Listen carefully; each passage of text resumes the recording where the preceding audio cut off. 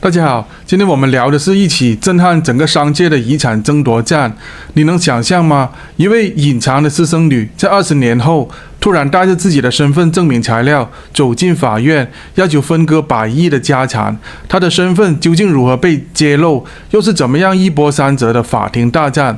这场官司从2004年打到现在，竟然直到去年才终于赢得了最终的胜诉。吴家兄子到底是怎么样防守的？这背后的阴谋和财富究竟是有多少？今天的故事简直就像一出商业界的大片。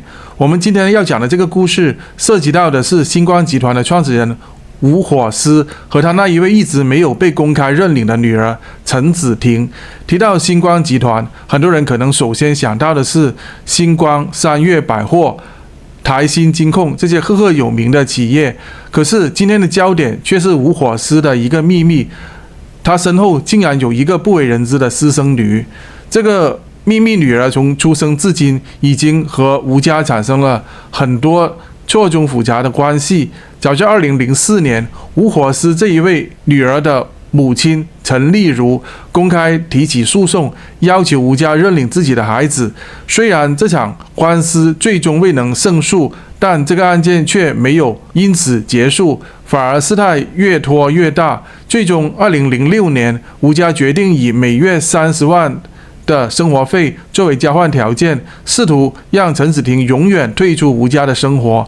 但是吴家高层的交易并未如他们所愿的得到彻底的解决。2005年，陈丽如再次提起诉讼，要求法院判决自己的女儿可以合法进入吴家。这一次，法律的天平似乎开始倾斜向他。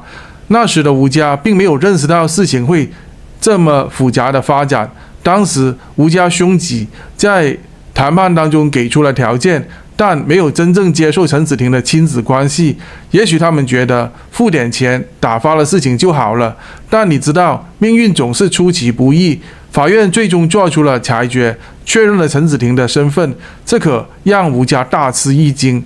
让我们再来看看这些年的变故。随着时间的推移，吴家不仅在公司运营方面做出了很多决策，像是2015年的时候，星光人寿投资决策就让他们陷入了巨额的亏损。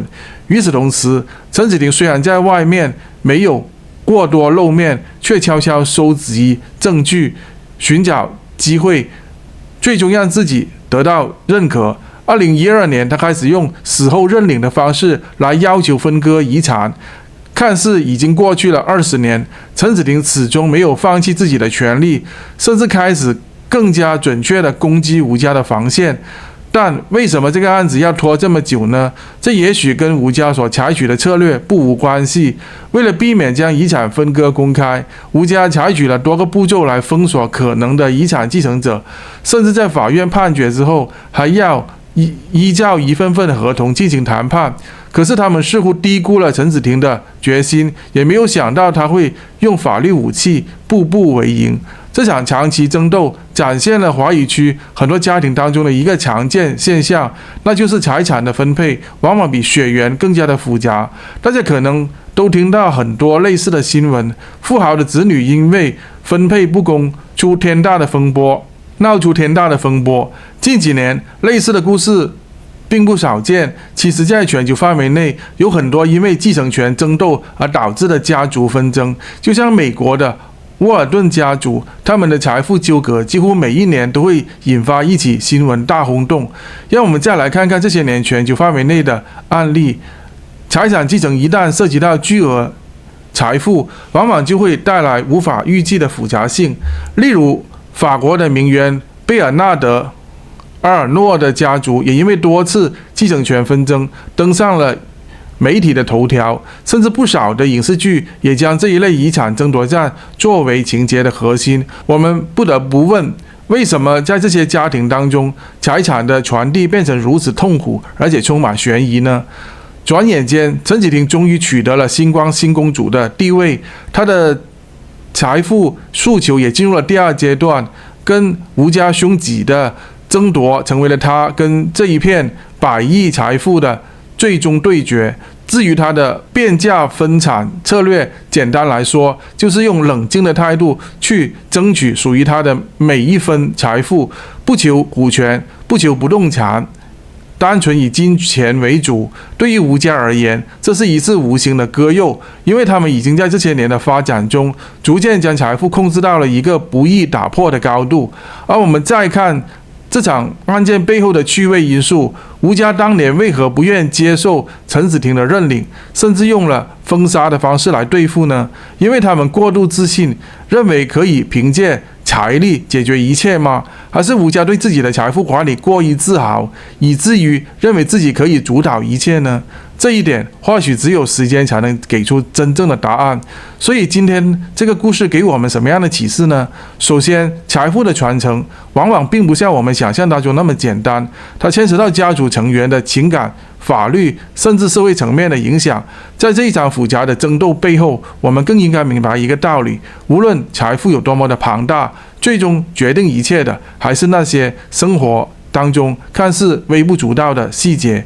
这一切就像古诗所说的那样，千金难买旧时光，风云变幻人心凉，争来争去已无果，唯有真心才可长。大家如果也有类似的家庭问题或者遗产争夺的经验，欢迎在评论区留言分享。我们下集会有更有趣的内容带给大家，别忘了订阅我们的频道跨界茶话间，我会在这里等你们。阿峰在此祝大家好运，明天见。大家好，我是阿峰。50岁，可能很多人想着退，而我只能拼。